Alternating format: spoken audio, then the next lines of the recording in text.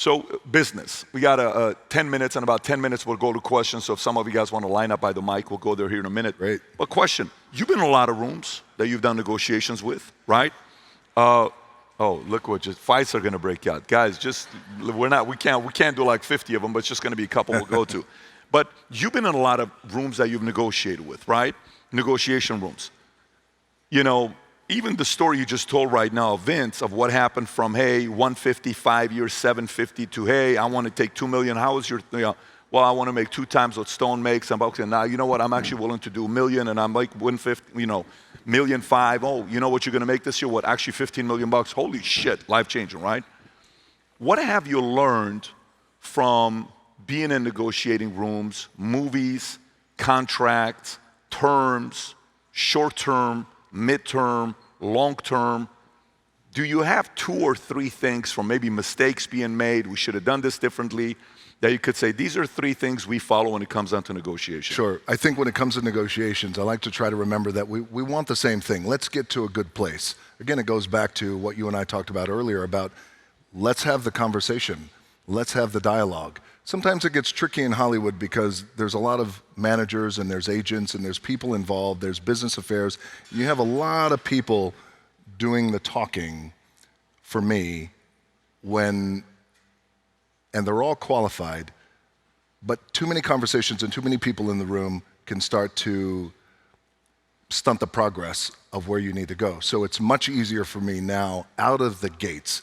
Let me call either business affairs, let me call the head of the studio. Here's what I'm thinking. Let's cut away the fat at first in terms of negotiation. Here's what I'd like to get. What do you think? Does this work? Here's where we're going to bring it in. We'll be fiscally responsible. We're these kinds of partners, et cetera. What I realized in the past is, it's informed me today, is at the end of the day, no one can talk on your behalf better than you.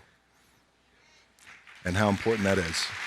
So are you really negotiating? Like, are there many cases where you're doing the deals? Like, well, I don't have to get into the nuts and bolts of that part. I say, here's my goal. I think this feels right, and everyone else can then talk. But let me say something. So for example, if we were making a deal together, Value Entertainment, say $7, I'd come to you directly and say, what do you think about this? What do you think? You and I would go back and forth, and then we would call our guys to come in and handle the details. I want to give a compliment to, he's the only person that's done this. And by the way, we've booked a lot of people over the years. You name them, Kevin Hart, Kobe Bryant, names that are like, in their space, they're big. When Brad and I were talking, one day Dana White calls me, says, hey, Pat, I'm in Abu Dhabi, it's 3:30 in the morning, you got a minute, call me. Great, what's happening, Dana? Hey, do you know this guy named Brad Slater? I'm like, oh yeah, of course I know Brad Slater. Yeah, of course. I'm like, yeah, I know who he is. He's a fan, he wants to talk to you. Are you okay if I put you guys in a group text? Great guy, let me tell you a story about Brad. One time I went in there, we started off rough, but we have a very good relationship now. I said, okay, great, no problem. So I talked to Brad, hey, would love to meet with you. I go in LA, we have that 3-hour lunch together at one of the hotels. I got a story about Dana too I want to tell you. Great, I'd love to hear it. So then Brad and I walk away. So what if we do this? What if we do that? What if we do this? Nothing's going on. It's like, well, you represent The Rock. Yeah, I do. He represents a lot of different ways. He represents The Rock. I said, Brad, what about The Rock coming to the Vault Conference? He says, let me talk to him. And I'm like, all right, cool. Next thing you know, on a Sunday, you reach out to me. Yeah. Hey, what do you think about this? And what do you think about that? And what do you think about this? I'm like, I'm telling you, no one does that ever.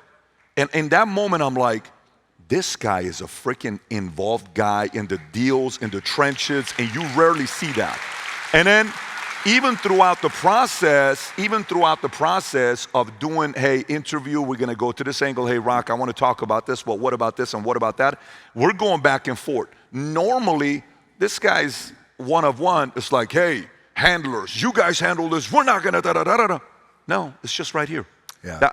The way you approached that was a lot of respect to you, because I would have expected our team to just communicate all of it, but we went through it and it ended up being an unbelievable experience. Yes, and it has to be like this. This is the way it should be. like I was just saying earlier, like no one can speak on your behalf better than you. Period. And so I feel like, because when it starts to go through other people, it starts to get filtered through their lens and perhaps what their agenda could be. And so, and I'm not knocking, it's not an indictment on anybody else who is on my team, but everyone serves a purpose and they're all really, really good at what they do, a lot better than I could be at their job. But this kind of conversation this is where the magic happens, when it's like this. That's very impressive, because you know what it makes me think about? Here's what it makes me think about. I know you don't want to go there. I'm just making a statement. It tells me later on, if let's just say you do run and shit hits the fan, I think you're the guy that's going to call the president and say, hey, listen, all the shit everybody's talking about, what are we going to do? Yeah. I foresee you being the kind of guy that's going to call the guy directly, not hide behind closed doors and have wired phone ear, whatever, to claim like they're busy, but they don't want to answer have the conversation. Anyways, that was forget about what I just said there, but you guys understand what I'm saying. I think you'll make the phone call. I think you'll make the phone call. I think you'll make that direct phone call. If there's one thing you're going to get from this interview with The Rock and I, we both love America. We had 2 big flags at our event. He's got a flag in his gym and everywhere he goes. This is the USA gear, limited edition for the rest of the year. If you love America, sport this USA gear. On the side it says Future Looks Bright. On the back it says Valuetainment. On the side it's got the American flag. We got the shirts. We got the flip-flops. These are the only flip-flops I wear when I'm at the house and walking the dogs. It feels amazing with the gel in it. So if you love America, if you believe the future looks bright, if you love Valuetainment, click on the link above or below. Go wear some of the gear and tag us, because we share the pictures on the podcast all the time. So go to vtmerch.com and place your order. So if you like this clip and you want to watch another one, click right here. And if you want to watch the entire podcast, click right here.